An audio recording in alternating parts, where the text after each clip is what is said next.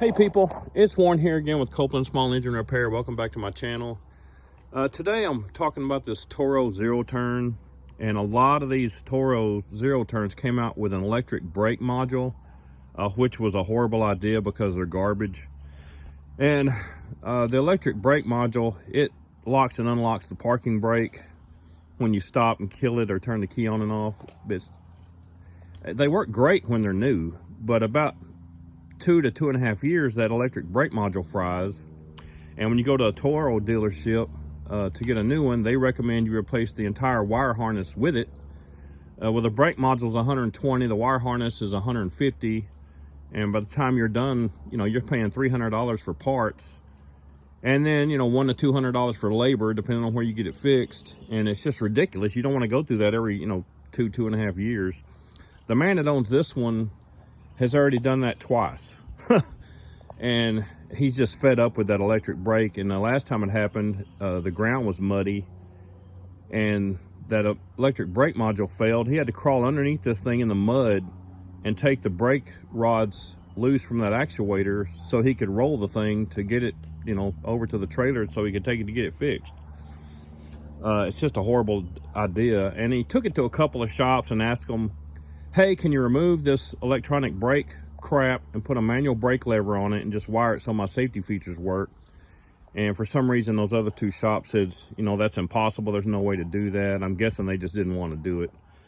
So he brought it to me, and I took care of it for him. So this video, I'm going to show you what I did to make the mechanical part, the actual brake lever to replace the electric brake module.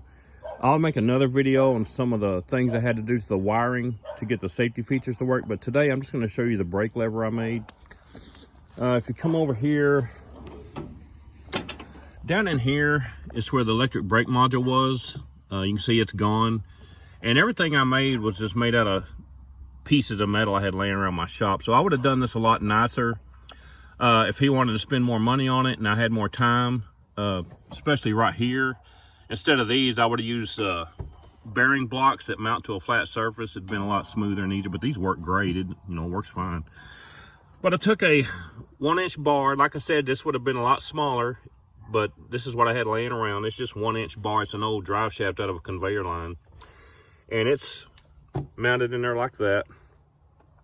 And all I had to do was look at what did the brake module do. Well, all it did, it moved those little rods that go to the brakes. It moved them back and forth a few inches. So I just needed to mimic that. I just needed to be able to move those little rods back and forth a few inches. So I came up with this metal rod mounted down here like this, but down here underneath it, there's a piece of flat steel welded to this that sticks down about 2 1/4 inches. And on the bottom of that piece of flat steel, I've got a piece of a drive shaft out of a weed eater welded on it. It's just a 1/4 inch metal rod. And the brake rods, see them down there?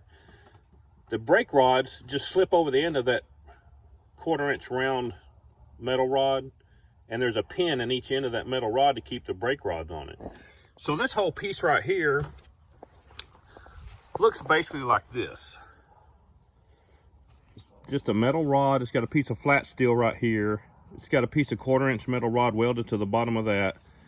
And that's pretty much all there is to it. There's a hole drilled in each end of this little metal rod right here. So you can put the brake rods on it and put a little pin in there to hold them on there. And then this piece over here just sticks up for the rest of the mechanism to attach to. So that's what that looks like. This whole piece right here, it goes over here. This is welded on. There's a spring attached to it right here. Okay, that's that part. You go up here.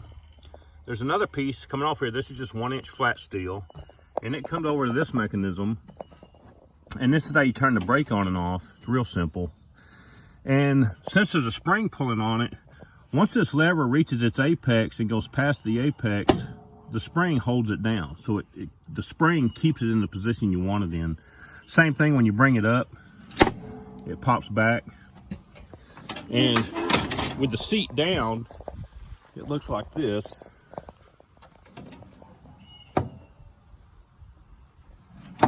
And I had to build this little bracket right here. It's bolted to the frame, so it's got this little stand up right here, and it pivots right here. It's just real simple. It's not rocket science, but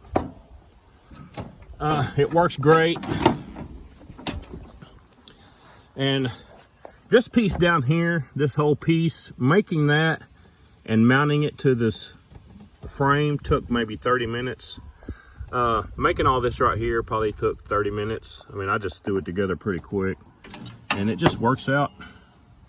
I mean, you couldn't ask for it to work any better. It's just a manual brake lever. Let's see if you can see the whole thing. And that locks and unlocks the brakes on the transmission, and it works great. I'll do another video on what I did to the wiring, because it's kind of a trick to rewire this thing, because they've got everything on one of these is wired through that electric brake module. The ignition switch wiring is kind of goofy. It's just weird. But anyway, that's all I got for you today. I'll catch y'all later.